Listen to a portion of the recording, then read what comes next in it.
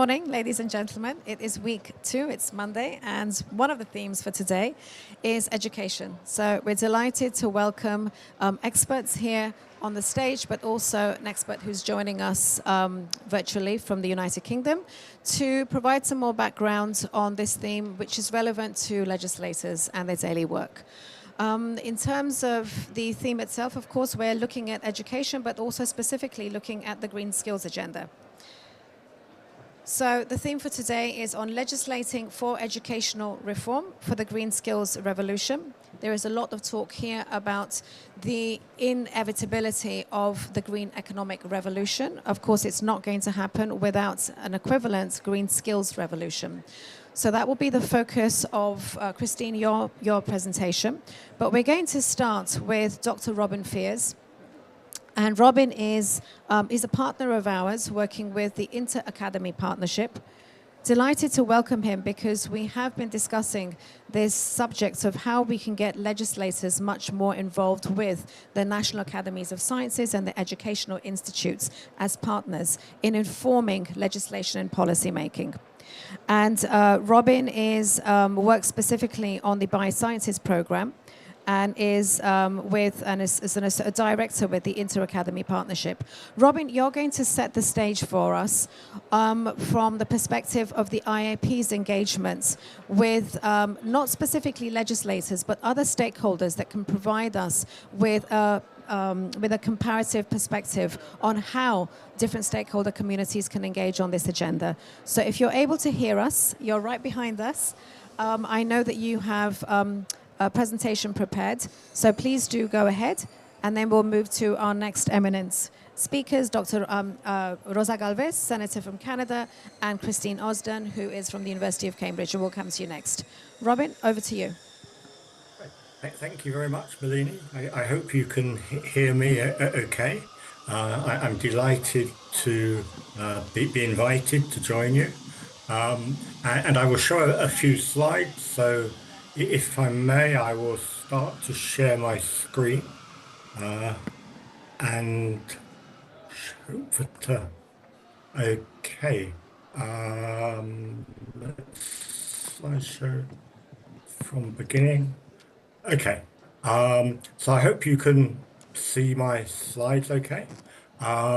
I'm Robin Fears from the UK, as Melanie just mentioned, and I'm here this morning, or I'm with you this morning, to give you a perspective on some of the issues for climate and education from the perspective of the Inter-Academy Partnership, which is a global network of academies of science, engineering and medicine.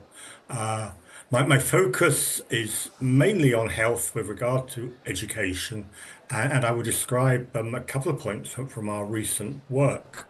Now, as I mentioned, IAP is a global network of academies of science, and of course, as such, has very close connections with many institutions in higher education across the disciplines.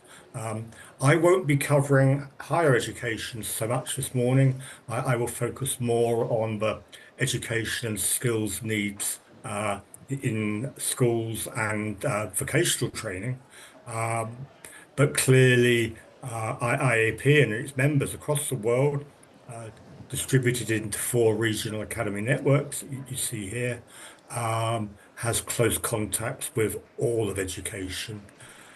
Last year or so, IAP has produced an updated strategic priorities, and within those priorities, you'll see, in addition to the obvious needs to support and empower academies, partner with other institutions, very strong focus on promoting education and engagement with the public and other stakeholders.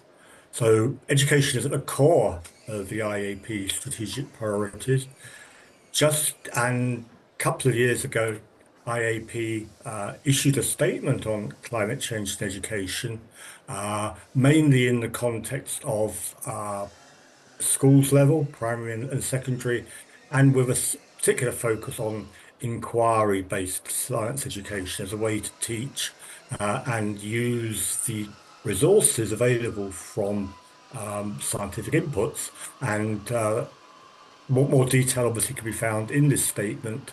Uh, but I think it demonstrates the priority that IAP and the academies are giving to education with regard to climate change in particular, and their willingness to work with the community and other key stakeholders, and of course, legislators. One example of how IAP has been working with educators and other stakeholders is a series of materials for schools developed with the Smithsonian Science Education Center. And many of these materials, and some only some are listed here, focus on aspects of the green economy and climate change and other challenges for the environment as well as for humanity. And again, these are all published on the IAP website and by the Smithsonian and are being used actively to engage with uh, schools in the community. I want to turn now just for a couple of minutes, if I may, specifically to some work that IAP has been doing on climate change and health and the consequences for education. I know we will have another session on climate and health soon. I want to focus here particularly on the relevance to education and communication. And just first, as of course you all know, that there are significant adverse impacts of climate change on human health, that there are multiple pathways, multiple drivers, including the social determinants, and multiple variables in the health system itself. Uh, and these combine in very complex ways um, to generate a whole range of adverse health risks. And I won't say more about the health risks in this presentation. I'll come back to that later. But just to say that essentially all of the pathways and drivers shown on this slide are relevant to the needs for education and communication. Education is and skills are a core in considering all of these factors in climate change and health. The Inter-Academy Partnership itself conducted a major project in this area and published a number of outputs over the last few years, drawn from our work in the regions, in Africa, Asia, the Americas, and Europe. Uh, in addition, focus on specific geographical hotspots, if you like, including the Arctic and the Mediterranean. And I don't have time to summarize all that. I just want to bring out a couple of points relevant to education that are published and discussed in these regional and global reports. First, of course, education in schools. And in fact, our IAP this week at the World Science Forum in Budapest is proposing a new initiative on climate change education objectives worldwide. So education in schools. Secondly, education for health professionals with regard to the issues for climate impacts. And a number of countries are interested in developing new curriculum content on what broadly might be called environmental medicine. Thirdly, of course, there's a need to support public education to inform the community about the problems of climate change and how to respond, for example, in terms of individual and community capacity to adapt. And then a fourth bullet, we need targeted educational programs for those most at risk, for example, in occupational health, farmers and others who are working outside. There's a big educational job needed there. And underpinning all of these particular tasks is a recognition that currently the collection of research evidence on climate and its use in policy making and elsewhere is skewed. Most of the evidence comes from Western Europe, the Americas, and part of Asia. There's much less research and much less evidence generation to inform our educational efforts in some other parts of the world. And that's clearly an important objective for all of us to take forward. I'll just finish with one other example from recent IAP work in collaboration with the global NGO Save the Climate, Save the Children, where we organized a project to invite case studies on health adaptation. So this is looking at the ways where the community can respond to climate change where that it cannot be mitigated or has not been mitigated. What can we do to adapt to some of the health problems? And clearly, we covered a number of areas, energy production, urbanization, health systems themselves, food systems, with a focus on some of the low and middle income countries discussed here. All of this material has been published over the last year, including some in COP28 last year and the individual case studies a few months ago. Clearly, I think communication and education are essential parts of developing effective actions in designing effective actions and then implementing them. And I'll give you one example in the next slide, which comes from the Philippines. And as I say, this is published on the IAP website as a case study, essentially to develop resilience in health services in coastal towns in the Philippines. And the development of resilience in health services, for example, to prepare for climate-induced flooding in the coastal towns, covers a number of issues, of course, for the health services. But core to that progress was efforts in two respects, to help train and inform the local health services in new skills or in upgrading their skills in association with climate change. And secondly, to inform the local community about the problems and the need to respond.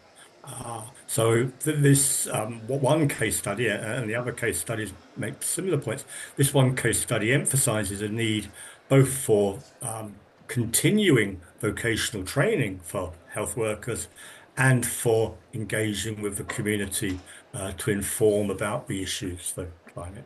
And of course, both of those are heavily embedded in the education system.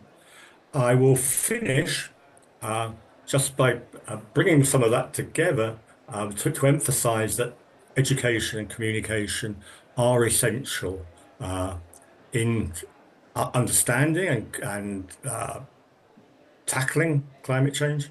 I've given you examples from health, but more broadly as well. And essentially, if we are to be effective in responding to climate change, then we must develop up the solutions together with the end users. It's not enough for researchers to produce the evidence, perhaps not enough for policymakers to legislate. We have to work with the community to understand the specific issues, how best to respond effectively, how to understand the limits to what can be done and avoid maladaptation. And in all of these aspects, there are core roles for education and communication with health professionals, with the community, and of course with our researchers. And one final point from this IAP Save the Children work, we begin to identify lessons of good practice for designing effective interventions, and we want to communicate those more broadly.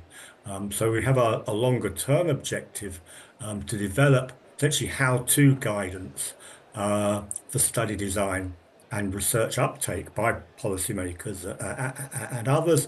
And again, this is part of IAP's continuing commitment to education and communication. So finish there. Thank you very much for your attention. Obviously, I'd be very happy to discuss further if you would like to do that. So thank you very much. Thank you very much, Robin. And I think you can see us back on stage. So we had a better vantage point to be able to see your slides. Thank you very much for that introduction, which is extremely helpful. Using the IAP as an example of a science organization that is working with stakeholders, in this case, from the Smithsonian to NGOs such as Save the Children, to explore the links between education, skills, training, and health sector in particular, and the relevance for training the health workforce. And the examples that you gave from the Philippines were very instructive. We're now going to change pace a little bit. So I'd now like to introduce you, Christine. So Christine Osden, who is the Global Director, let me get this right, at University of Cambridge, but for Global Director for Climate Education at the Cambridge University Press and Assessment. So if you can broaden this out for us, the theme for today is very much on how legislators can understand this landscape, which is fast moving, much better, with a view to legislating for the kind of educational reforms that would be needed in their domestic context to enable and empower the next generation of workers, yes, but also existing workforces. So over to you, Christine. Thank you, Malini. And just to touch on that idea of education reform, as part of the University of Cambridge and through our Cambridge Partnership for Education team, we work with education systems around the world to help them reform their systems, to build resilient and inclusive education systems, and build those stronger and more sustainable societies. The education reform work we do touches directly on 31 million students and nearly 1 million teachers. And beyond that, indirectly, the work we do impacts positively on almost 40 million students and teachers around the world. So today's Education Day, and to really build on what Robin was saying, education is really crucial in tackling the climate crisis. My remarks now will touch a number of topics: education policy, some definitions around green skills, a little bit of a muse through supply and demand, key findings from recent work in the UK and internationally, and I'd also like to conclude with 3 priorities in this context. I'm going to draw on the work that was led by Professor Linda Clark, Green Skills for Education and Employment, published in January this year. I'll also reference the work from the World Bank, their Choosing Our Futures Education for Climate Action report, and also the ongoing work of the Institute of Environmental Management and Assessment. So, education policy first. There are 2 prerequisites for education policy. One is to understand what's needed, and the other is to motivate people to learn. Sounds simple, doesn't it? Sooner or later, in any discussion around climate and sustainability education, we find ourselves questioning the purpose of education. And that's indeed the first role of legislation, is to express the purpose of education, to provide quality provision and reduce inequality. Some legislation also does confirm power relationships, decision-making, funding, that sort of thing. Definitions, green skills. Linda Clark's work, published at the start of this year with her group, defined green skills as the knowledge, abilities, values and attitudes needed to live in, develop and support a society which reduces the impact of human activity on the environment. The World Bank gives us a number of more and broader definitions, and I'd just like to go through these to continue to set our scene. Green skills are broad. They include technical, STEM, sector-specific, but also non-technical, socio-emotional and cross-sectoral skills. Any job and any sector can become green with the right set of skills. In Brazil, on average, 25% of the skills demanded for jobs in the food and beverages sector are green, as are 17% of skills demanded for jobs in creative industries. These skills are not just for new jobs, but also for augmentation of existing jobs. Green transitions will need some new skills for new jobs, but more importantly, they'll need additional skills for existing jobs. Nearly 76% of businesses in Indonesia report that changes in existing jobs are the biggest adjustments needed to green their businesses. And this is a theme I'm going to come back to, and you mentioned right at the start, Melina. So these skills are not just for those in school now, but for those in the workforce now. And taking our eyes to the UK Institute for Apprenticeship Strategy Summary stated that 80% of the workforce of 2030 is in the workforce today. So if the UK wants to reach a net zero by 2050, it's those that we need to retrain and skill. At the same time, the demand for these skills can be unpredictable and inequitable. We know there's regional variation in demand for and access to green skills. Stakeholders have identified important opportunities to align the green skills agenda to levelling up or inequality programmes or programmes working for better equality. I'd like to conclude this section by also calling out the similarities with digital skills and how they might be defined as skills within themselves, something within themselves, but also enabling skills. We've seen a similar dialogue around digital skills for the past 20 years, actually, as the more nascent debate we see around green skills now. So, back to the opening remarks about drivers for educational policy. I'm going to suggest that fundamentally we do know what is needed. We need knowledge-rich education with enabling skills, and we need to configure qualifications that would enable us to transition from one stage of education to another. I'm not so sure that I'm exactly clear on the motivation aspect of education policy, and I'm going to reflect a little bit on supply and demand. And I'm going to suggest that school supply side is broadly fit for purpose, because we know what's needed to meet national economic targets and futures. Data is abundant, and I'll give as an example the Green Skills Task Force that reported back to the UK back in 2021. Mechanisms also exist to build curricula and accredit and regulate qualifications. But arguably, there isn't sufficient incentive to keep curriculum and assessment continuously up to date to meet up with the changing technical and scientific knowledge needs. So I'm less emphatic about the demand side of things. And some of these challenges were called out by Professor Linda Clark in her work. Again, evidence suggests that developing green skills will be achieved by mainly upskilling the current workforce. But yes, all components of the education system will play a role in increasing skills and raising awareness. Some stakeholders suggest that the vocational education pathway is particularly important, but we continue to experience vocational education as a somewhat lesser, lower version of academic education. Interestingly, green skills has the potential to revolutionise lifelong learning. And we don't often talk about revolutions when we think about lifelong learning. So if this is correct about upskilling the current workforce, what does it mean then that the current focus of education's funding around the world is focused on education to the age of 18 or 25? That's for people in colleges and schools.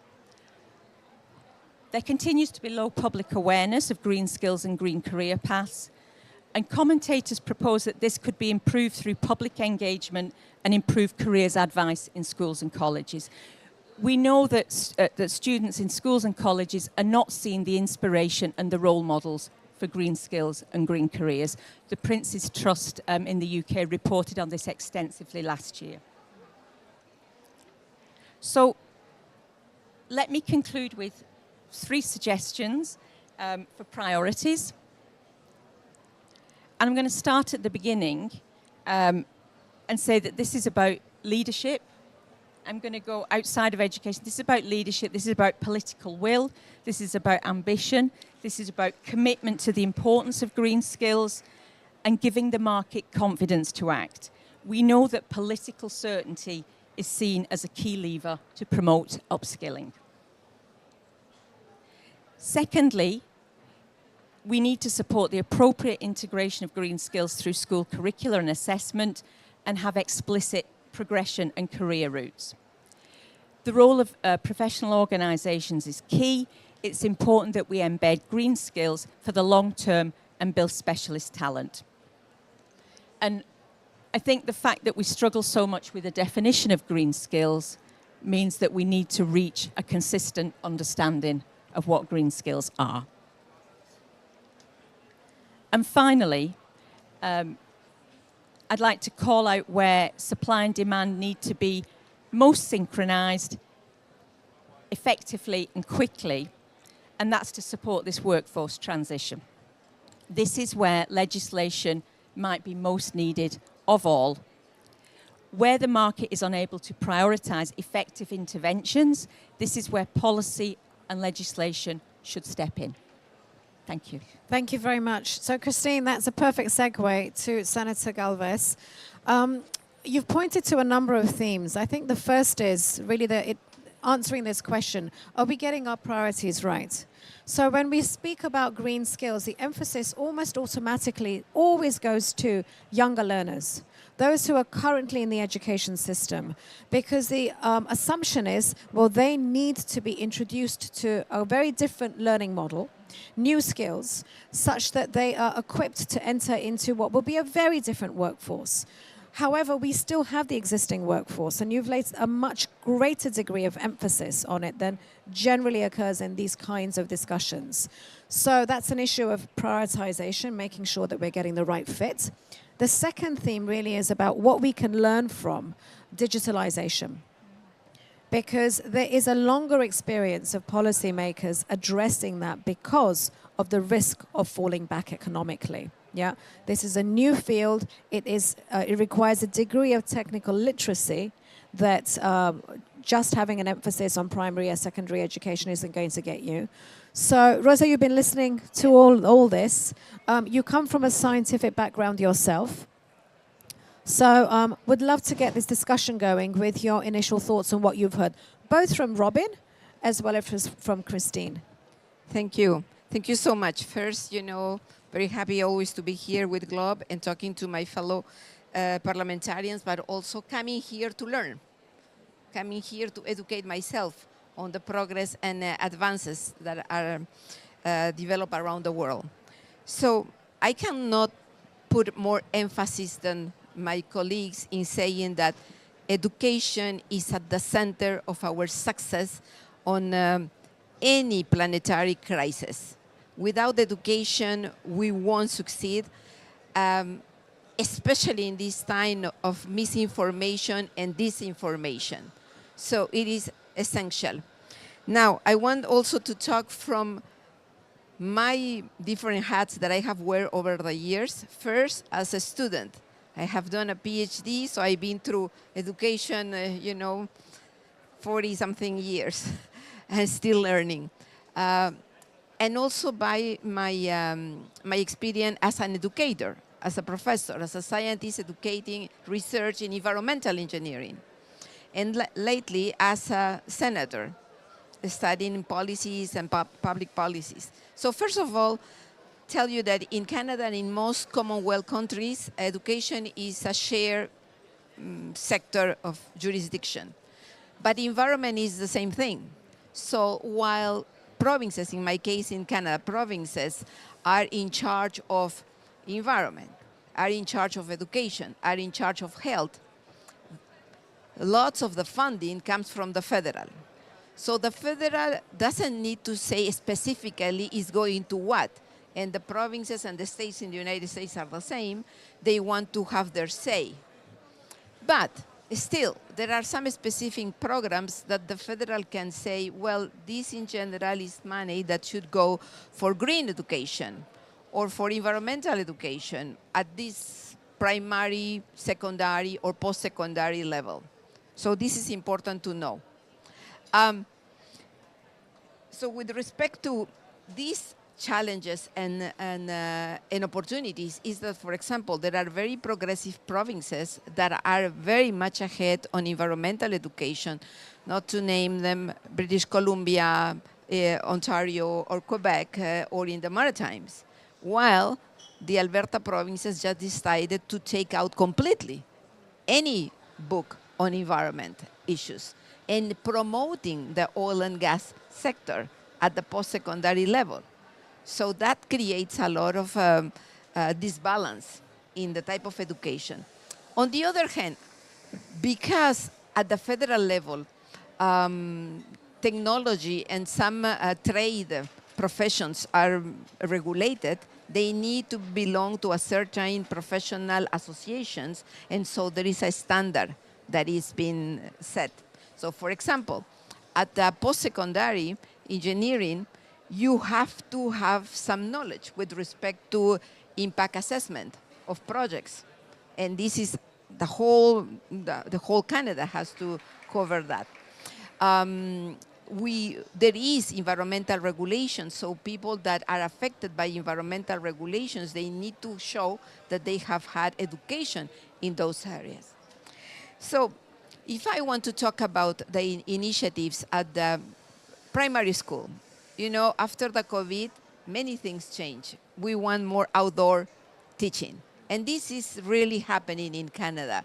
And it's very good because it has, as a secondary indirect co-benefit, is that children are connecting with nature.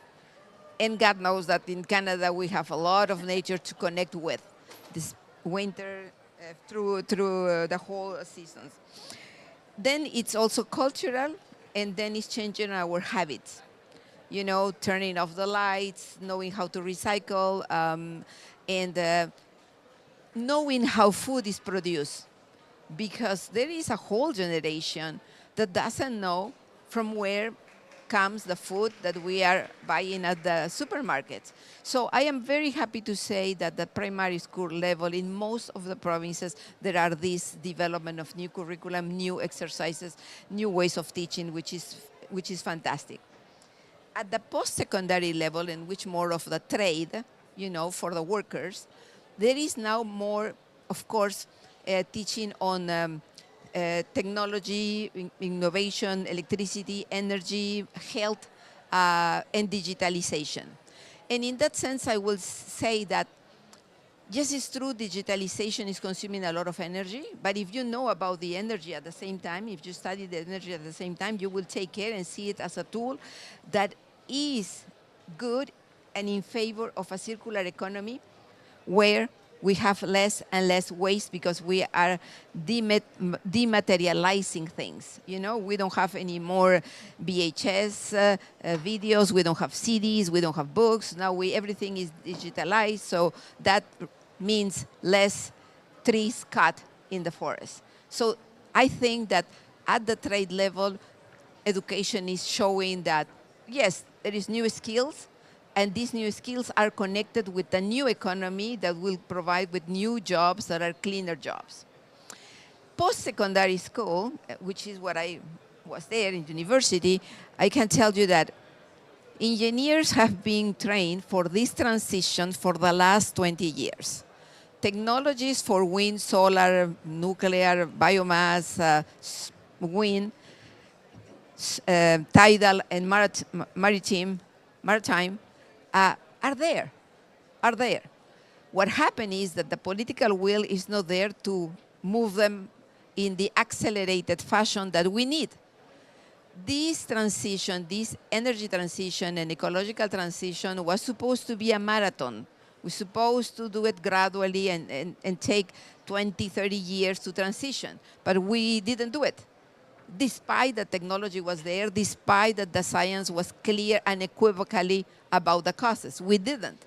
So now we are in a sprint, And we are saying, oh, there is only 5 years to go ahead. And still today, at parliamentarian levels, as you know, we belong to GLOBE, we belong to IPU, still we are saying, okay, well, we need to transition, but you know, we have to still use gas, still use LNG. Maybe there are some space for extraction of new oil and gas, when both the International Energy Agency and the International Renewable Energy have said we have to leave all the petroleum in the ground. And so then it comes this legislation policy about the just transition, or as we call it in Canada, the sustainable jobs. And so in there is a whole thing about education and saying we have to prepare the workers of for the renewable energy, the decarbonized economy. It's going so there is incoherences. You know, we knew 20 years ago that we have to do it, but we are always late. But positively is that this is happening anyways. Even despite Trump election, that the change is going because there is environmental benefits, health benefits, work safer is cheaper, safer, cleaner to do renewable, and it is independent of geopolitical positions. And anyways, no matter from where you want to see it, the barrel of oil will never reach again $100 the barrel. So solar, wind, maritime are cheaper. So that's the demand. And one thing that I'm looking, and it's hopefully policy will come to support it more, is the continuing education. Continuing education for trade people. I have talked to unions, worker unions, that says to me, I'm a welder, I learned how to weld, and whether it is a pipeline or it's the in a wind farm, wind energy farm, a welder is a welder. But yes, it's true that I have to know new systems. But that's continuing education, and if I receive subvention credits for continuing education, well, it's good for me, you know?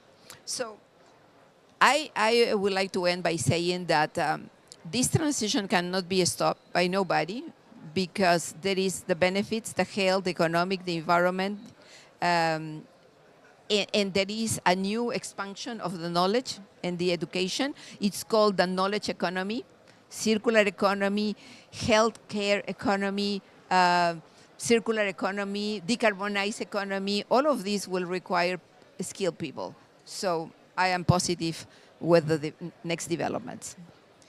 Indeed, and I think, as you say, that it's a moot point that the clean energy transition, the clean energy revolution is taking place. We're in the middle of it. I want to come back to the point of policy and legislation on this, because in a sense, the driver for so much of the transition that we need to see, the emphasis that we need to see on the education sets of policies, is national industrial policy. So if you have, for example, in Azerbaijan, we're in a country which for a very long time has been reliant on oil and gas. And during Soviet times, it wasn't the master of its own destiny. It relied on Moscow's deciding where the benefits of those resources would go. Since 1991, it's been an independent country, and they have chosen still, for the last generation, that the prosperity would come through the oil and gas economy. However, they've reached an inflection point, and the hosting of this conference is illustrative of that, because they realize there is no future for them in oil and gas. There is a future for them as a green transition leader in the region. So the implications of that for education and training are phenomenal, because the entire education system has been predicated on creating skills and creating workers for one type of energy system. To transition to a completely different type of energy system means that the universities here will have to undergo a sea change in the materials that they have, the teachers that they have, the professors that they have, who have learned one thing. This isn't going to happen overnight, but the bigger picture within which, this conversation is a background, is that universities at a national level are now coming together. They're being brought together by actors like they were in the UK. In the UK, we now have a UK university network on climate change. Here, a month ago, as part of Baku Climate Action Week, we initiated the Azerbaijan University Network on climate change. This is to bring together not just the climate eco-activists, it's to send a very clear message to the rectors, the administrators, the faculty, the funders, the government officials, that if you're serious about the transition, you have to prepare for the skills, and if they're not here domestically, you have to enter into partnerships and international collaboration, which is where organizations such as the Inter-Academy Partnership come in. So that really is the bigger picture, and it is a phenomenal, U-turn for a country which has been so anchored into a particular economy. So coming to the policy drivers, how we make that transition happen. Rosa, you talked about the devolved nature of education, which is there in many countries, yeah? You're responsible, you have the responsibilities for ensuring that you are providing education fit for purpose for your population, but you may be reliant on central government for the resources. So we are now in the middle of a transition to new nationally determined contributions, which are going to be whole economy-wide. So there is a real opportunity here, isn't there, for an alignment between, Christine, your number one priority, which was political will, yeah, and national development objectives, crystallized in these new NDCs 3.0. So connect that, so framing a whole new economic strategy. Education has to be part of the delivery system. So what can legislators do at this time to make sure that there is an attention not only to the young people who are being sensitized, because what you describe, Rosa, is the environmental literacy and sensitization which is being built up, with the hard skills that are needed to make sure you've got the heat pump engineers and installers, you've got the solar engineers at the sharp end of it when it comes to the workforce and retraining. So let's come back to you, Christine, for your thoughts on that. And Robin, we haven't forgotten you. I know it's morning for us here, but it's even earlier in the morning for Robin in London. So at this point, after Christine, I'd invite you to share your thoughts on what you've been hearing so far. Christine. Thanks, Malini. So in terms of policy and support for that workforce, two things spring to mind immediately, or two areas to focus on. So there's the employer side. How do we support employers to support their colleagues, their employees? And I think we've got to remember, we've got to consider this in the context that the majority of organisations are small and medium size. I often make the mistake of thinking about corporate training programs. The majority of organisations are not corporate, they're small. They're focused on their day-to-day business. They're not focused on global transitions. So again, how do we support those organisations to support their employees with, and is that funding, is that finance, is that time, which fundamentally time is money as well for small organisations. So I think it's looking at that partly. And I think you mentioned universities, and I first of all, I completely agree that I think the universities are doing a great job at building networks to transfer knowledge, best practice and expertise. And in fact, this morning, I think at ADA University, not quite down the road, but very close to here, they're actually convening 20 networks around universities. So that connection between employers and universities, I think, is fundamental. And I know, speaking with trade organisations in the UK, one thing that they've asked for from universities, very practical support, is the academic calendar. Is that if universities are going to support employers with training, does it have to be a 3-term academic calendar that runs for sort of 12 weeks at a time or 10 weeks at a time? How can universities be more flexible and transition themselves to be a really active part of this model. Those are my initial thoughts. Okay, thank you very much. I do want to tease out the vocational dimension of things also, because that, of course, is where employers have the greatest skin in the game to make sure that there are the vocational programs, the apprenticeships, etc. But you can digest that. We'll come back to that. I want to bring Robin in. Robin, you're behind us right now. I hope you can hear us very clearly. Yeah, so please, your thoughts on what you've heard so far from your perspective at IAP. Thank you very much, Melanie. And yes, I was here awake for the whole time and very much impressed by a number of the points that both you and the other speakers made. I think we surely all agree that we need radical transformation in a number of respects. I would just add to the goals for transformation. We do have to also reform our academic and other structures to think more in a transdisciplinary way rather than based on historical single discipline silos that still characterize many universities and much teaching. We need not just to be interdisciplinary but transdisciplinary. One other point that I picked up from the speakers, of course, is the continuing need for lifelong learning. You emphasised, Melanie, the need to engage in that for a modern workforce and the tremendous challenges that are faced by a country like Azerbaijan in transforming its workforce. I would just add that lifelong learning is also essential for the community at large. We continue to face the issues with regard to climate change of misinformation and disinformation. And we need to enable everybody to understand the issues for using robust evidence, tackling concerns about the false evidence that is provided, so sometimes by vested interests, sometimes just by poor evidence base. So we need for everybody to develop those skills through education and communication to tackle lack of information and false information.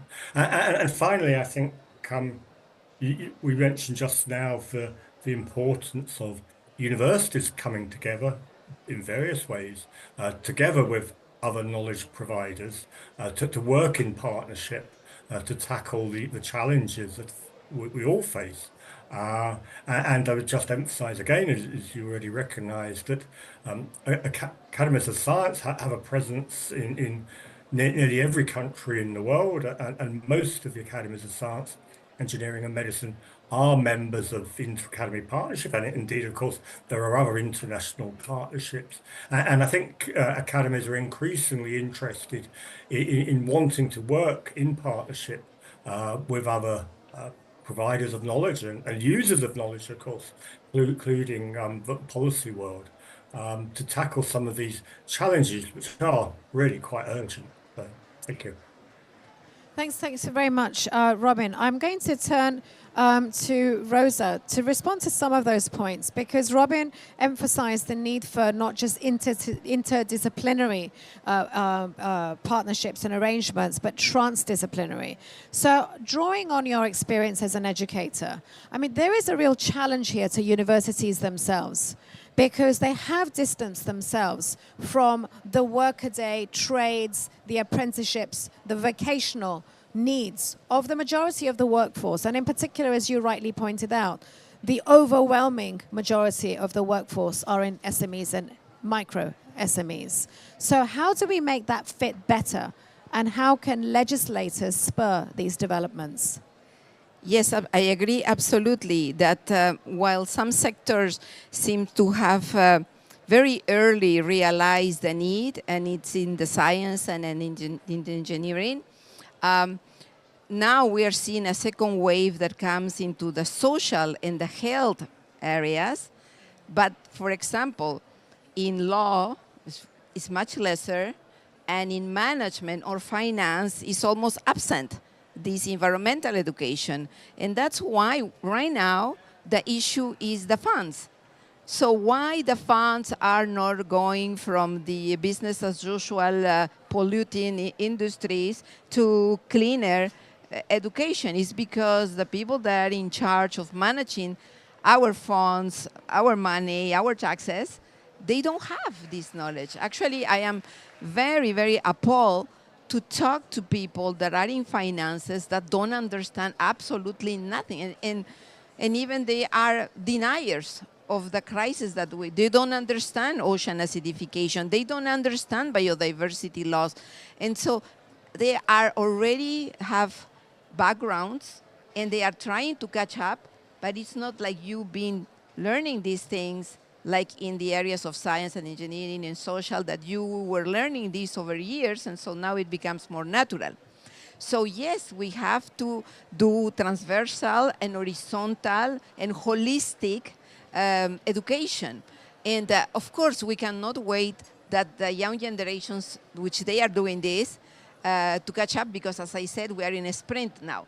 So policy has to intervene. And I was talking about legislation in Canada, such as the Sustainable Jobs Act, which says clearly that there has to be some funds for training. And but at the same time today, we are having very much easier access to education through online and worldwide. We are all interconnected.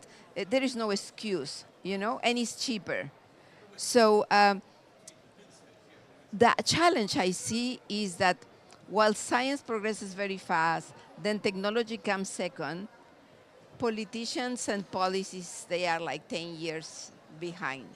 And I don't know exactly how to push it, but to encourage my colleagues to come to these type of events so that they can learn more about what's going on.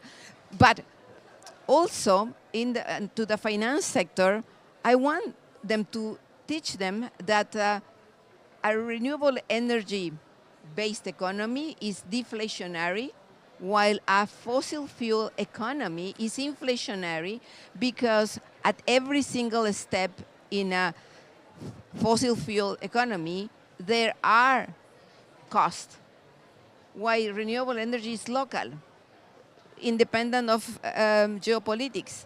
And so there is this transversality of knowing about a general economy, local and global, and also about what are the other types of energy. Can you imagine that in Canada, with our potential for wind, for solar, for tidal, for maritime, we don't have? Why? Well, one reason is lack of education, because we are relying on external technology, European technology that will come, and then, like I also see it in Latin America, so China will do these jobs, but with trade workers coming from outside, which doesn't help the local economy. So yes, we need to have a revolution in education. We need to really be more progressive and think ahead. And policy needs to move faster. Yeah, indeed. And I entirely agree with all of the points that you've made. Just on a point of education, because you emphasized the finance sector, of course, every single economic sector will have its own accompanying educational transformation challenge, whether it's medicine or whether it's construction. And actually for finance, and Robin will remember this, as a consequence of the success of the GFANS partnership, you may recall, from COP26, which was one of the partnerships which sought to bring in the finance community and finance professionals for net zero. Just in the last few months, this year, there's a new capacity building program which has been launched specifically for professionals in finance. And we had Simon Thompson, who's the executive director of that. He spoke along with Robin at Baku Climate Action Week. Because here, in this country, there is a real recognition that it's going to require a major push with the education sector, which is why education ministers from here have been traveling around the world. So I think we need to see that similar political prioritization of education ministries working alongside science and tech and digital and the sharper end of the economy, moving in tandem together. Not quite there yet because, Rosa, as you say, science and technology have literally, they're circular, they're already left the room and they're running around the globe, and the legislators have been left in the dust. We are so far behind. There's so much catch up to do. But these kind of conversations put these issues on the map. Legislators like you who are extremely active in this space will then amplify it further. And Christine, we're here to support your work. So we don't have very much time now, unfortunately, for a discussion on this. But this is going out on a live stream. It is going to be recorded. The video will be available. You can use fragments for it. And we are part of a bigger community, like you mentioned, the network of networks. So we are bringing the legislative community together with the wider education community, and we will see a transition. And the one thing I would invite you to think about is that in this country, you have universities for oil and gas. You have the Baku Higher Oil School, which is an excellent secondary school. And it's still called the Baku Higher Oil School. Maybe in 5 years' time, we'll come back here and it will be called something different. The Baku Higher Solar School, for example, because that's how rapidly the transition can take in a country like Azerbaijan, where they've made their mind up and they're going to go for it. So on that optimistic note, thank you so much, Robin. It's very early morning in the UK. Thank you, Rosa, and thank you, Christine. Thank you. Please join me in thanking them all.